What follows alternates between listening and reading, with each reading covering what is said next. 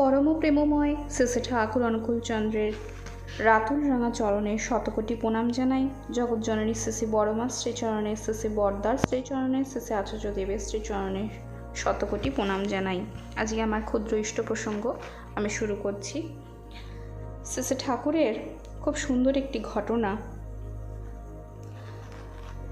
একদিন ঘটনা প্রসঙ্গে শ্রী আচার্যদেব বলছেন,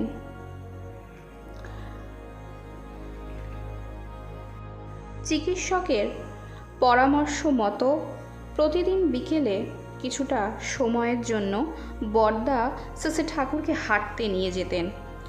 একদিন হেঁটে ফেরার পথে পার্লারের কাছাকাছি পৌঁছানোর পর বরদা শ্রী ঠাকুরকে নিবেদন করলেন, আগে আজ পার্লারের সোজা দরজাটা দিয়ে না ঢুকে পাশের দরজাটা দিয়ে যদি ঢোকেন। ঠাকুর বললেন, কেন? শ্রী বরদা বলছেন, ওই পাশের দরজাটার চৌকাঠের বড় মন খারাপ, ওই দরজা দিয়ে কখনো তো ঢোকেন না, তাই ওর মনে বড় কষ্ট। ওর একান্ত ইচ্ছা যদি কখনো ঠাকুর তার চরণের পরশ আমাকে দেন, তাই বলছিলাম। শ্রী ঠাকুর বলে উঠলেন, বেশ, আজ তবে ওর ইচ্ছা পূর্ণ হোক। শ্রী ঠাকুর বরদার হাত ধরে এগিয়ে যান পার্লারের ডান পাশের দরজার দিকে।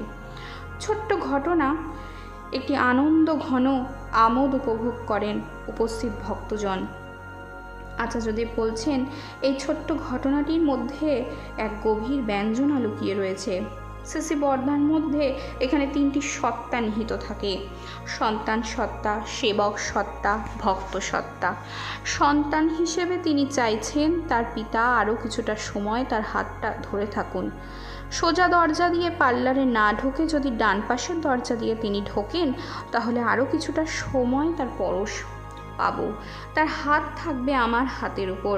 আবার সেবক সত্তা ভাবছে, ঠাকুরকে যদি আজ আরও দুপা বেশি হাঁটতে বলি, ঠাকুর ছেলে মানুষের মতো না করে উঠবেন, কিন্তু ঠাকুরের শরীর ভালো রাখার জন্য আরও কয়েক পা হাঁটলে ভালো হয়। তাই কৌশল করে সেবক আরও কয়েক পা হাঁটান শ্রী ঠাকুরকে। আর ভক্ত সত্তা উপলব্ধি করতে পারে তথাকথিত প্রাণহীন একটি দরজার চৌকাঠের অন্তরের ইচ্ছার কথা। একটা দরজাও যেন প্রিয়কে উপভোগ করা থেকে বঞ্চিত না হয়, তাই তার মনের কথা পৌঁছে দেন প্রিয় পরমের কাছে। আমাদের প্রত্যেকেরই এই তিনটে সত্তা রয়েছে, তাই আমরা প্রত্যেকেই চাই অনন্তকাল ঠাকুর আমাদের হাত ধরে থাকুন।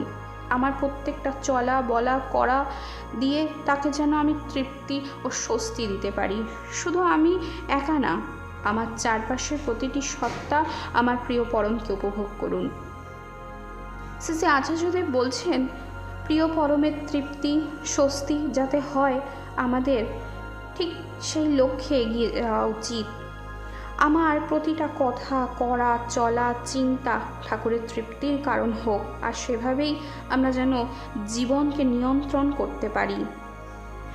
শ্রী আচার্যদেব বলছেন, মানুষের মনটা বিশালাকায় এক সমুদ্রের মতন, তাকে কুয়ো করে রাখতে নেই। ভালোবাসায় মগ্ন যত থাকা যায়, ততই বিশালতার স্রোতে ভেসে যাওয়া যায়।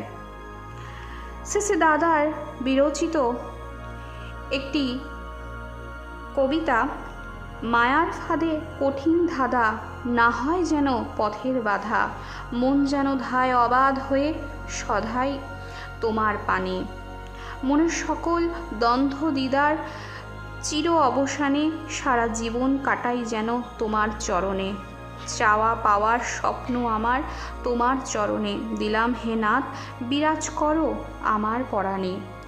প্রেম নিঃশর্ত, সেখানে কোনো প্রত্যাশা নেই। প্রেম করা মানে অনুরাগ আগ্রহ জড়িত চেষ্টা নিয়ে তৃপ্তি দেওয়ার অঙ্গীকার করা। তুমি আমায় ভালোবাসো কিনা জানতে চাই না, আমি তোমায় ভালোবেসে যাব আমার সবটুকু উজাড় করে। প্রকৃত ভক্ত যে, সে শ্রেয় পুরুষকে খুশি করার অনুরাগে সবসময় তন্ময় হয়ে থাকে তাকে নিয়ে, আর তার অন্তরাত্মা কেবলই বলে চলে, আমার মন জুড়ে শুধু তুমি থাকো ঠাকুর।